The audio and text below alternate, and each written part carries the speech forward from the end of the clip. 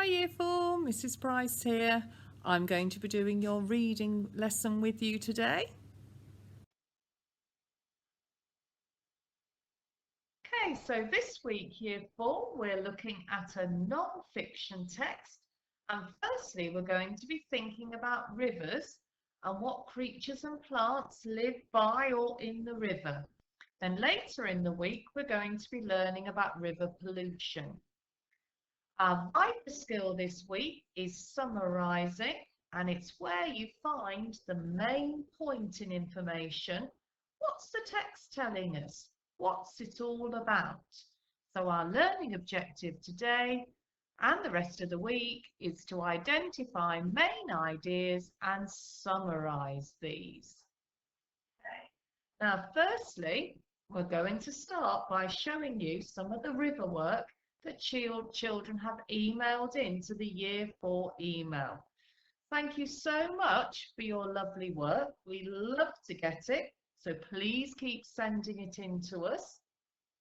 And we've got some great artwork here. Some of you have decided to do your own drawings. Others have copied and pasted some lovely pictures. So well done to Georgia, Philip, Ethan, Mika and Amelia. Lovely work. Okay, now we're going to start today by having a look at this photo. How does this image make you feel, and why does it make you feel like this? So have a good look, stop the video and jot down your ideas or tell someone what you're thinking. Okay, so stop the video. Okay, when I looked at the photo, it actually made me feel quite cross, quite angry, because the poor swan is sitting on her nest surrounded by rubbish. This rubbish could harm her if she gets herself caught in it. How did it make you feel? Did it make you feel sad too? So if we have a look at our tricky words today and read these, we've got oxygen, species and variety. Okay, and our root word today, what's the root word in the word colourful? That's right, we've got colour in there and the full suffix has been added to the end of the word.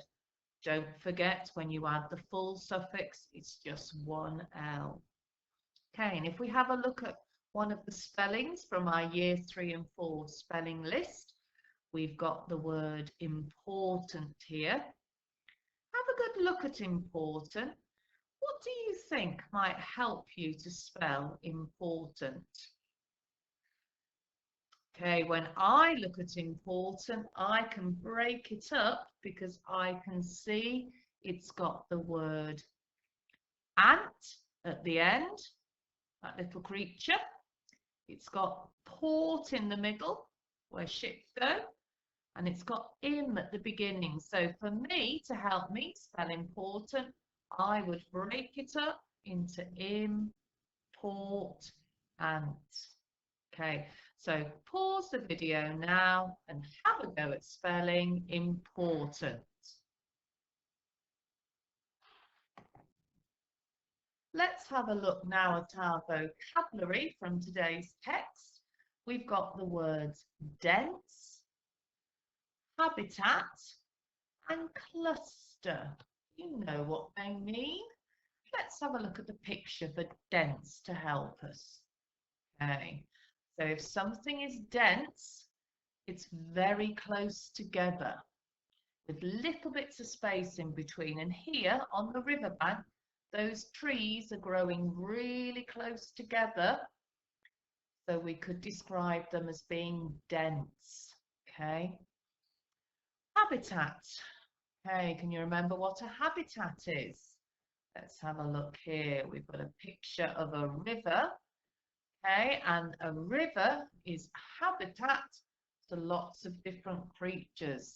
Okay, so a habitat is a natural place where an animal or plants live and exist. We're going to be thinking about some animals today whose habitat is a river. Okay, cluster. What does cluster mean? A cluster. Okay, these people are stood in a cluster. Okay, they are close together. Okay, so it could be a group of people, it could be animals. A cluster is when things are close together. Okay, can we say these vocabulary words today? So dense, habitat, cluster. Can we shout them? Dense, habitat, cluster.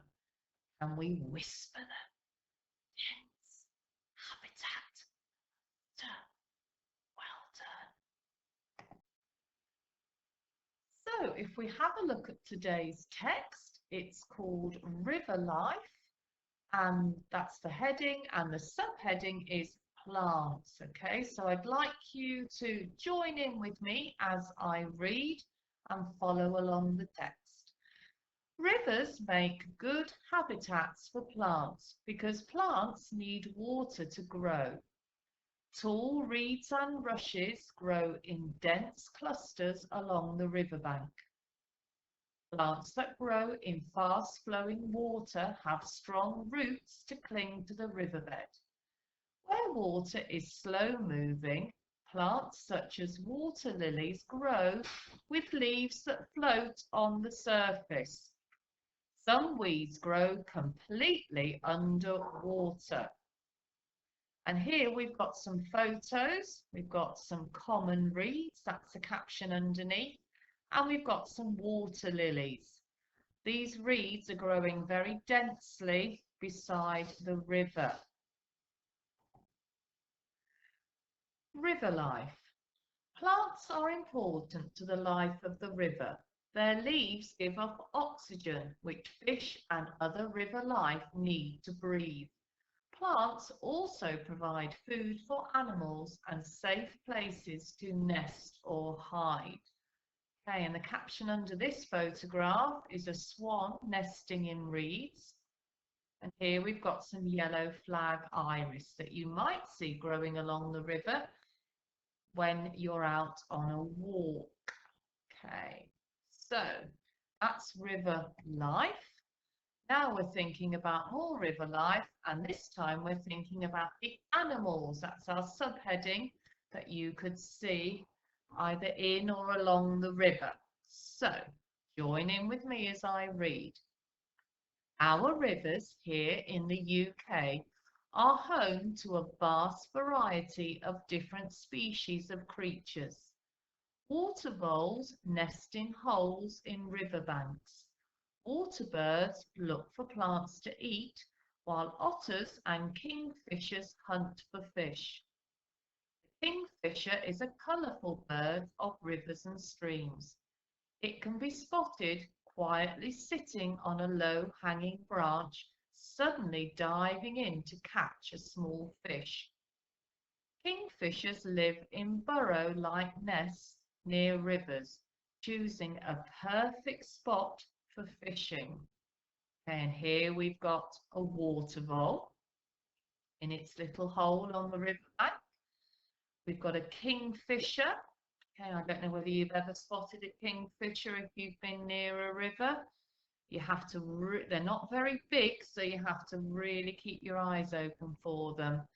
But this one's luckily got a fish in its beak, so he's done well with his hunting. And then here we've got an otter. Okay, this is all wildlife that you could look out for when you're visiting a river. Okay, so more river life here, that's our heading. And join in with me as I read. UK rivers are home to many different kinds of fish. Trout and salmon live in fast-flowing streams, whereas other fish, such as perch, prefer slow-moving water, as do frogs and toads. Many insects, such as dragonflies and gnats, live in slow-moving rivers for the first stage of their life. They leave when they are adults. What did you spot down by the river? Hey, what sort of things have you spotted? Got a photograph here of a dragonfly, and we've got a trout in the river. Perhaps you've been fishing or you've seen people fishing at the river and maybe seen some of the fish which they've managed to find. The River Severn has a lot of fish in it. Okay, well done. Okay, so the your turn work today is, if you're a Chile 1, I would like you to listen to and read the text again and make a list of the new exciting words. Okay, words that you didn't know, that you hadn't met before. Can you make a list of those in your book? Now, Chile 2 and 3, I would like you both to do this activity today. So you're going to read the text and identify any new exciting words in the text and write a list of those in your book. And then can you reflect on the text and write a fact about river animals? Okay, choose any animal that you want to write a fact about and a river plant. Okay, so it could be something new that you found out today, or it could be something that you already knew. Okay, so that's your Chile challenges for today. Okay, so our think question to end today's lesson is: rivers are important. Do you agree or disagree? Why or why not? Okay, so jot down your ideas in your book. Think about what we've learned today. Think about what we've learned about rivers so far. And Mrs. Evans will talk about this with you tomorrow. Okay, and then when you've done that, you'll be ready for the next chapter of The Boy at the Back of the Class. Gosh, this book's getting exciting now, isn't it? Chapter 18 is called Stan the Taxi Man. I'm not sure if Tintin ever woke up on the morning of an adventure feeling hungry and sick at the exact same time, but that's how I felt when I woke up the next day. It was so early that the birds had only just started to sing, and the sun hadn't risen properly yet.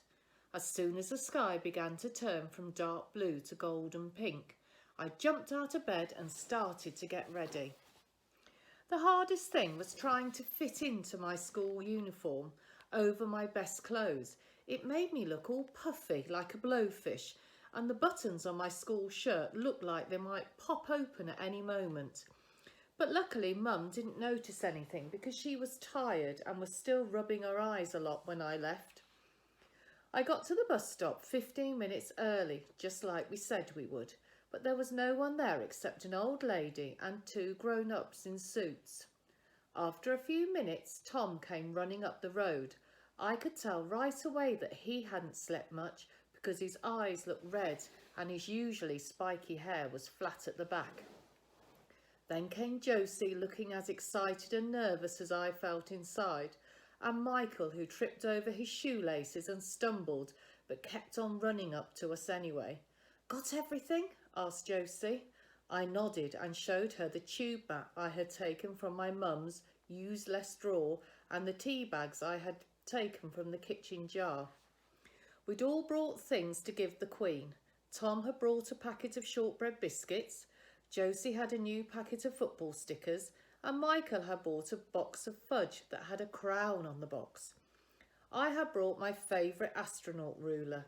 Even though the astronaut didn't move anymore, I was sure the Queen would like it because she always wears sparkling brooches that shine like stars on her dresses. Maybe, when she was in school, she wanted to be an astronaut too. When we had stored all the presents away safely in my bag, Josie counted all the money we had collected. All of us emptied out our piggy banks and savings jars and Tom had gone into his brother's rooms to see what he could find. "They've got loads of coins everywhere. Can't believe I've never done it before," he exclaimed, bringing out a fistful of coins. In the end, we had exactly £27.62, a fortune. Half of £27.62 is, Josie squeezed her eyes tight and quickly did the maths in her head, £13.81. She gave half of the money to me and half to Tom for safekeeping. "You sure you know which tube to take?" asked Josie. The freckles on her face were sliding up and down because she was scrunching up her nose every few seconds. She only ever does that when she's extra nervous, and it makes her look like a hamster. "Yep, we take the pink line to King's Cross and then the dark blue line to Green Park," I said. "Mum always takes me on the trains for our really big adventures, so I know the way." "How far is the palace from the train station?" asked Tom. His voice sounded squeaky, but I couldn't tell if that was because he was nervous or excited. "I don't know," I said, "but I don't think there's a bus stop in front of the palace, so we might need to take a taxi. It shouldn't be too far though, so hopefully we won't spend all our money." "Guys, our bus is here," said Michael as he stuck out his hand so that the bus driver would stop. "Remember what to tell Mrs. Khan," I whispered loudly, "that me and Tom are sick and that our mum said we'll be back tomorrow." Josie nodded. "Good luck," and giving us a quick wave, she followed Michael onto the bus to school. After the bus had disappeared, Tom and I crossed the street and walked up to the bus stop where all the buses travelling in the opposite direction stopped. When the bus we needed finally came, I put out my hand and we got on, nervously looking at the bus driver in case she asked us why we weren't in school. But she didn't. In fact, she barely even looked at us. We sat on the bus all the way to the last stop and then, holding hands, crossed the big road to the tube station. There were at least 1 million people, all dressed up in suits, rushing about trying to get through the barriers. They looked angry and red in the face, and there was lots of tutting and head shaking. I had never been to the train station when it was so busy before, and I didn't like it. It made my head feel hot and fuzzy. "Come on," said Tom, nudging me. We walked over to the ticket machine where there was a long queue of people. Some of them looked down at us with frowns on their faces, but no one said anything, so we didn't have to say anything back. When we finally got to the front of the queue, we walked up to one of the machines. It looked more scary than I remembered. There were at least 100 buttons surrounding a large screen and a slot that looked like a letterbox at the bottom. "Go on," whispered Tom. "Okay," I said, not wanting to be a coward. I took a deep breath, stood up on my toes and walked over to the screen. I pressed the button for New Ticket, then Child, and then typed in Buckingham Palace for the destination, but nothing happened. I tried again, but the machine started flashing. "Do you kids need help?" asked a woman from the queue. She was dressed in a green coat and shiny shoes and had curly black hair and glasses. Tom's eyes became wide and he shook his head, but I nodded. The woman stepped forward. "Where do you need to go?" she asked. "Buckingham Palace," I said, for our school trip. I tried to make my voice more deep and grown-up sounding. The woman frowned, but then, looking at her watch, said, "Okay." She quickly pressed lots of buttons on the screen, then said, "There you go," before stepping back in the line again. We looked up at the machine, which was flashing £8.90 at us. Tom quickly got the money out of his bag and put in the exact change. 2 pieces of pink card instantly popped out like sweets from a sweet machine, and grabbing them we thanked the lady and ran down the stairs to where I knew the trains for the city would be. We squeezed ourselves onto the platform. It was so full of people that I was afraid we wouldn't be able to get on the train. I had never seen so many people squashed together in one place before. But when the train came, everyone flooded onto it like a giant wave and took us with them. Tom grabbed hold of my arm and I grabbed his, and we soon found ourselves pressed like sandwich filling between lots of people, all busy looking at their phones or listening to music. "This is good," said Tom, his face squashed up against a large belly. I tried to nod, but someone's book was touching my head.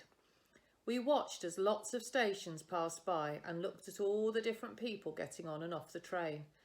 Finally, we heard the driver announce that the next station was going to be King's Cross. "We have to follow the dark blue line," I said to Tom after we had jumped out onto the platform. We followed signs for the Piccadilly line and got on another train. Easy. Now that I wasn't feeling so nervous, I realised I was hungry. I'd been so busy packing a present for the Queen, I'd forgotten about the emergency bag of sweets that I meant to bring. "Do you think the Queen would mind if we had one of her biscuits?" I asked Tom. He shook his head eagerly. "She must have lots of biscuits in her kitchen, especially if she has tea every day." He ripped open the packet and passed me one of the thick, crumbly fingers that lay inside. It was the most delicious biscuit I've ever had, probably because I knew it was meant to be eaten by the Queen. We had another biscuit each on the train, and after just a few minutes the train lady announced, "The next station is Green Park. Please alight here for the Jubilee and Victoria lines." I like the train lady. She's got a nice voice. I imagine she looks like Mary Poppins and sits at the very front of the train, next to the driver in her own special chair. It must be fun going through all the stations and telling people which ones are coming up next. We hurried off the train and followed the signs to the taxis. Running up the stairs, we found a long line of black cabs waiting in a row. Inside the one at the front was a man with curly red hair. He was eating a sandwich and bobbing his head along to the radio station. When he saw us looking at him through the window, he rolled it down and leaned out. "What can I do for you two?" "Please, we need to get to Buckingham Palace," I said as loudly and clearly as I could, because I remember my Uncle Lenny saying that there was nothing taxi drivers hated more than people who didn't say where they wanted to go clearly enough. The taxi man leaned forward and looked around. "Why are you on your own?" he asked, frowning. We're meeting our teachers there. We're on a trip and we got separated from our class, and our teacher said that if anyone got lost, we had to meet the teacher and the class there," said Tom in a rush. The taxi man frowned again and rubbed his chin. "All right," he said eventually. "Hop in and be quick about it. I ain't here to be chauffeuring lots of kids around all day. You're lucky it's only a few minutes away, and I've got tykes of my own, you know." We jumped in quickly. The taxi man locked the doors and, in a single move, swerved off. As he drove out onto the main road, he looked at us in the funny rectangular-shaped mirror that cars always have right at the front. Uncle Lenny says they're there so that drivers can check the traffic behind them, but I think they're there so that the drivers can look at people sitting in the back seat when they think no one's looking at them. "What will you be doing at Buckingham Palace today, then?" he asked. "We're going to meet the Queen," said Tom, before I could stop him. "Is that right now?" asked the taxi man, looking at us again in the mirror. His eyes were smiling.